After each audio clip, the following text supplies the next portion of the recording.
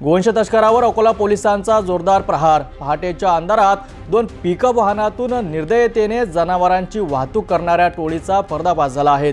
तब्बल 23 गोवंशांना जीवनदान देण्यात पोलिसांना यश आलं असून 23,75,000 रुपयाचा मुद्देमाल जप्त करण्यात आला आहे। शुक्रवारच्या पहाटे अकोला जिल्ह्यातून गोवंश तस्करी करणाऱ्या टोळीवर स्थानिक गुन्हे शाखेने प्रहार केला आहे।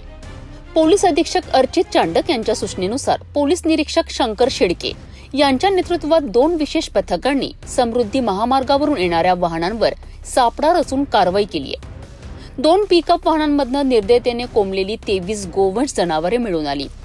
ही सर्व जनावरे म्हैसपूर येथील आदर्श गौशाळेत हलवून त्यांच्यावर उपचार आणि संगोपन सुरू करण्यात आले आहेत। ही वाहतूक नागपूरहून अकोला दिशेने सुरू होती आणि शहरात पोहोचण्याकरिता एका मोटरसायकलवरील व्यक्ती वाहनांना मार्ग दाखवित होता। पोलिसांनी यांच्यासह 2 आरोपींना ताब्यात घेतले असून 2 आरोपी फरार आहेत। संपूर्ण कारवाईत एकूण किंमत 23,75,000 रुपये जप्त केलेला मुद्देमाल आहे।